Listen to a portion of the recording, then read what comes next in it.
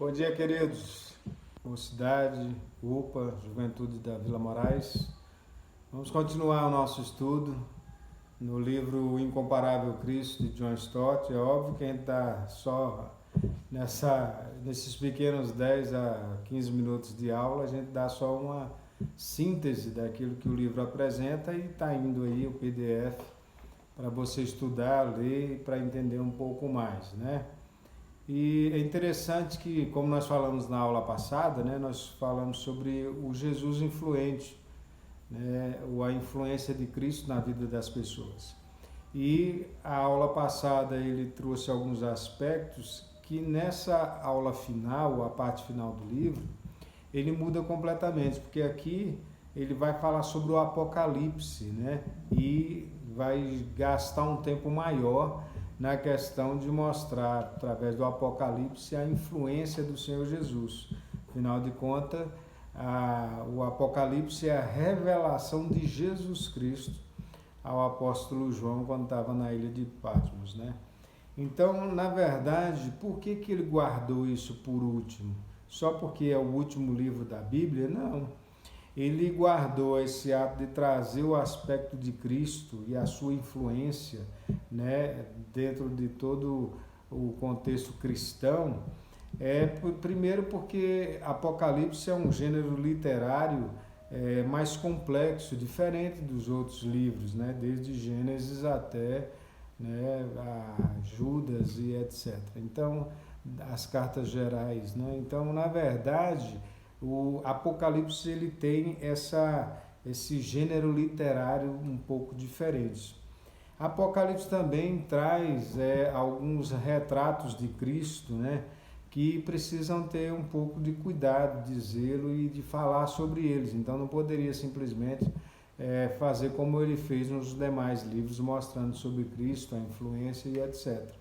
Porque o Apocalipse mostra Jesus, né, ou um retrato de Cristo, como o primeiro e o último, como o cordeiro e o leão, como o ladrão da noite, como o rei dos reis.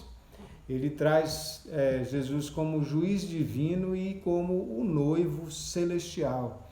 Então são retratos do Senhor Jesus, ou aspectos sobre ele, que Apocalipse traz, ou que o próprio Cristo revela para o apóstolo João, enquanto está ali, né, preso na ilha de Patmos. É nesse aspecto que nós precisamos ler bem, entender bem Apocalipse, entender a sua linguagem, a sua forma literária, entender as figuras ou os retratos de Cristo que são pintados ali e mostrados por ele. Então, essas metáforas, é óbvio, né, elas saem da mente de João, ou rolando na mente de João, trazendo nesse aspecto aí sobre Cristo. O Apocalipse, né, o Revelação de Cristo, ele também traz algo muito interessante quando se pensa da influência de Cristo para a igreja nos dias de hoje, né, ou desde aquela época, nos primeiros, né, anos da igreja primitiva até nos dias de hoje. Então, ele é o incomparável Cristo, porque ele conseguiu e consegue até hoje influenciar as igrejas a viverem rumo àquilo que de fato ele deseja através da sua palavra. E nessa parte final há algo maravilhoso e a gente precisa pensar bem, trazer para a nossa luz, né, ou para os nossos dias em luz, no entendimento do que a igreja precisa melhorar ou caminhar com relação a ser influenciada por Cristo. E aí ele traz, né, John Stott apresenta aí com a relação das cartas às igrejas, né, da Ásia, ele diz sobre 7 marcas de uma igreja ideal. 7 marcas de uma igreja ideal, né? As 7 cartas às 7 igrejas, e aí em cada uma marca que de fato o Senhor deseja que a igreja dele tenha. E ele influencia a igreja para que tenha, para que ande nesse caminho. A primeira marca é o amor, que é quando traz a carta à igreja de Éfeso, falando sobre a perca do primeiro amor, né? Tenho, pois, contra ti. e a sentença, né, ou vamos dizer assim, a estrutura das cartas eram sempre as mesmas, né? Trazia dizendo sobre as qualidades, falando sobre os defeitos e dizendo o que de fato precisava ser feito. Então Éfeso ele traz o primeiro aspecto que a igreja, marca de uma igreja ideal, né, ou saudável, uma igreja rumo a Cristo, é amor, tem que ter amor. Tenho, pois, contra ti que deixasse o primeiro amor. Né? Tem que fazer, mas não fazer por fazer. Não adianta uma igreja ser relativamente em progresso de programações, de realizações, de eventos, quando ela não tem um coração no Senhor. É muito mais saudável ter menos, mas ter o coração, ou ter mais, desde que se tenha esse coração de igual forma. Sofrimento, ou sofrimento por Cristo, que é justamente o que ele fala na carta para Esmirna, né?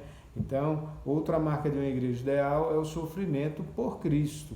Ele fala que você vai passar sede das tuas aflições, dos teus sofrimentos, e ressalta esse ato da necessidade, do quanto é importante a igreja estar pronta, disposta a, de fato, sofrer por Cristo quando necessário.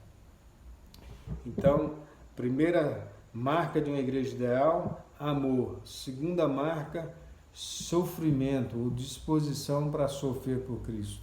Terceira marca, ele vai falar justamente quando escreve a carta para Pérgamo, né? Verdade, uma igreja firmada na verdade. Uma igreja que está pautada na palavra de Deus, né? A espada do Espírito, né? Então ele fala assim, de fato a igreja ideal precisa da marca da verdade, está firmada na verdade, está cada vez mais enraizada na palavra de Deus. A tua palavra é a verdade, então precisamos lembrar disso, eu preciso ter amor, não deixar esfriar, e tudo que eu fizer na igreja, como igreja, seja o que for, tem que estar pautado no ato de amar, de amor. Segundo, de ter a disposição de sofrer por Cristo, ou seja, de não negar a Cristo, de rejeitar alguns desejos e etc. por amor a Cristo, para assim estar também firmado na verdade. Palavra de Deus. Nós falamos essa semana sobre isso. Que, né, quando falamos no devocional do presente diário, em sexta-feira, quando o Senhor te chama Josué e fala para ele, né, você vai ser próspero e bem-sucedido. O que você precisa fazer? Precisa ler incessantemente a palavra e não se desviar nem para a direita nem para a esquerda. Então precisa ser. Pérgamo foi uma igreja que foi puxada nesse sentido, para que viva ou que vive cada vez mais a verdade. E também quarta característica da igreja ideal, ele traz aí quando a carta à igreja de Tiatira, né? Santidade. Ter uma vida de rejeitar os desejos carnais, para viver para Cristo, por Cristo, com Cristo, para viver aquilo que a palavra de Deus diz, abrir mão de, às vezes, muitos prazeres ou de, às vezes, ganhar, né, muito mais, mas abrindo mão por conta da santidade, da vida pautada na palavra de Deus, na busca incessante até ser dia perfeito, de ser alguém que vive para agradar o coração de Deus, deixando sempre, ou rejeitando sempre seus desejos àquilo que você é inclinado a fazer, porque nós somos inclinados ao pecado. Quando ele fala a igreja de Sardes, ele traz a quinta característica da igreja ideal, sinceridade, uma igreja sincera. É interessante que essa é uma igreja que ele vem e diz que ela está morta. Ele não tem uma característica no aspecto de dizer coisas boas. A carta ele não vai falar sobre isso. Então ele está dizendo que precisa ser sincero. Precisa entender que quando a gente está mal, estamos maus e precisamos lutar contra. entendendo que de fato precisamos e que existe a necessidade de ser sincero. Uma historinha rápida, né? Já estamos aí com 10 minutos, mas ser bem rápido. A palavra sinceridade ou sincero vem de sincera. É isso lá na Grécia Antiga, quando as pessoas vendiam os vasos, né, de água, e eles eram pintados. Então muitos deles eram pintados, as pessoas levavam para casa, enchiam os tachos d'água e eles começavam a vazar, porque eles estavam rachados, e as pessoas, ao invés de destruir, construir outro vaso novo, simplesmente tapava as brechas com cera e pintava e vendiam.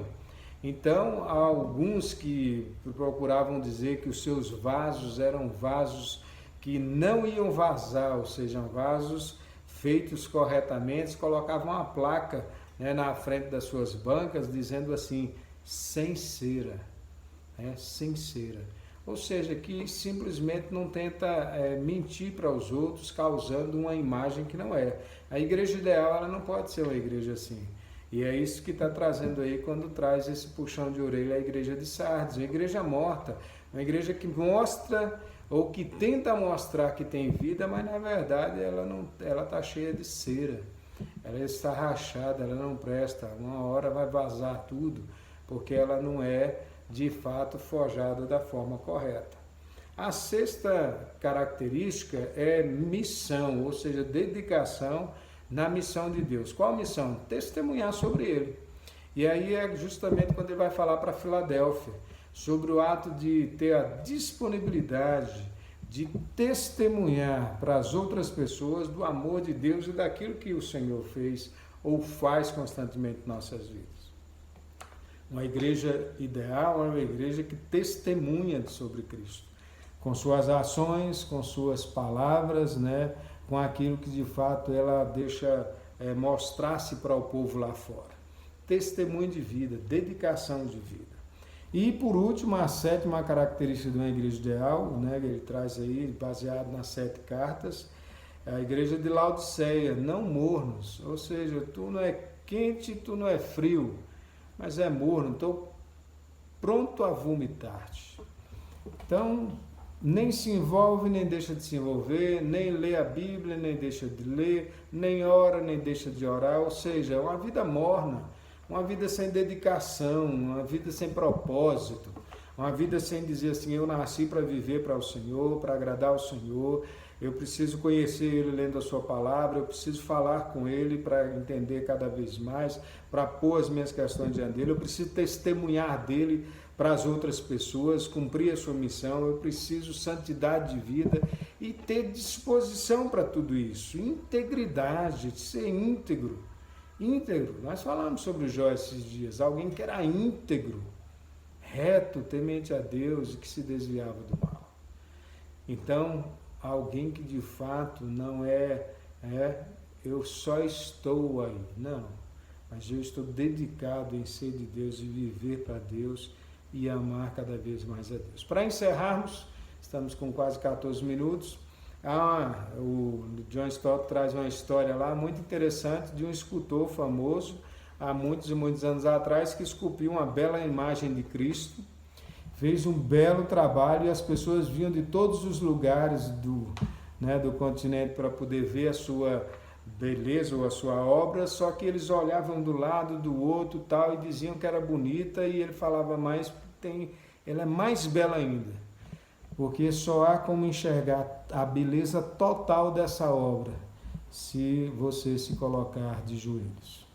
Então, queridos, nós só temos como perceber a influência de Cristo, receber a influência de Cristo e passar a influenciar quando nós observamos a beleza dessa obra, que foi descrita nesse livro inteiro. Mas isso só é possível se nós estivermos dobrados diante da presença de Deus. Deus te abençoe, Deus seja sobre você, Deus cuide da tua vida, se coloque diante dele, peça graça e misericórdia e viva para Cristo em nome de Jesus. Amém.